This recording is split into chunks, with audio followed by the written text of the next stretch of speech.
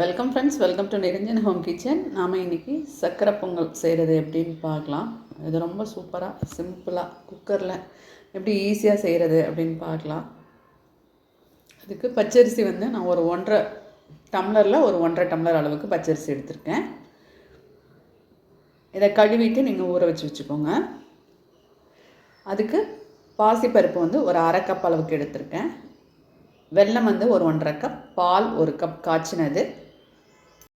முதல்ல பாசிப்பருப்பை வறுத்து எடுத்துக்கலாம். மிதமான தீயில் வச்சுட்டு வறுத்துக்கலாம். வறுத்து சேர்க்கும் போது பொங்கல் டேஸ்ட்டாக இருக்கும். அதனால் நீங்கள் வறுத்து சேர்த்துக்கோங்க. பொன் வறுவலாக வந்திருக்கு பாருங்கள். இந்த டைம் எடுத்து ஆற வச்சுக்கலாம். ஏற்கனவே அரிசியை ஊற வச்சுருக்கோம். அதோடு இந்த பாசிப்பருப்பையும் சேர்த்துக்கோங்க. இப்போ ஒரு குக்கரில் தண்ணி, நான் இப்போ 1.5 கப்புக்கு 4 டம்ளர் அளவுக்கு தண்ணி சேர்த்துருக்கேன். அது ஒரு கொதி வந்ததுக்கப்புறமா கொஞ்சமாக உப்பு சேர்த்துட்டு இந்த அரிசியை களைஞ்சிட்டு ஒரு 3 விசில் வச்சு ஒரு 5 நிமிஷம் சிம்மில் வச்சுருங்க. சிம்மில் வச்சு வேக வைக்கும்போது நல்லா அரிசி குழஞ்சி வந்துடும். இதுக்கு நான் எந்த டம்ளரில் எடுத்தனோ அதே டம்ளரில் 1.5 கப் அளவுக்கு வெல்லம் எடுத்திருக்கேன். ஒரு 1/4 டம்ளர் அளவுக்கு தண்ணி ஊற்றி நீங்கள் அப்படியே வச்சிட்டிங்கன்னா அது நல்லா உருகி தண்ணியாக நிற்கும். அடுப்பிலலாம் வைக்க வேண்டாம். ஒரு 5 நிமிஷம் நீங்கள் அப்படியே விட்டுருங்க. இது தண்ணியெல்லாம் மேலே வந்துருச்சு பாருங்கள். இந்த டைம் நம்ம அடுப்பில் வைக்கலாம். அடுப்பில் சிம்மில் போட்டுக்கோங்க. சிம்மில் போட்டு நல்லா கட்டி இல்லாமல் அப்படியே கிளறி விடுங்க. பதம்லாம் கிடையாது, சும்மா கிளறி விட்டால் போதும். அடியில் மண்ணுக்கல்லாம் தங்கிரும். நம்ம மேலாப்பில் வடித்து நம்ம சாதத்தோடு சேர்த்துக்கலாம்.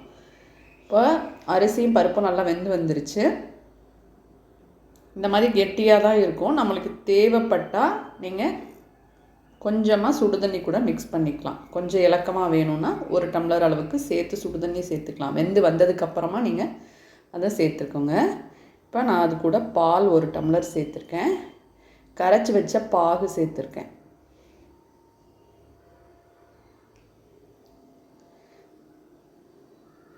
அடுப்பை சிம்மில் வச்சுட்டு நல்லா கலந்து விட்டுருங்க.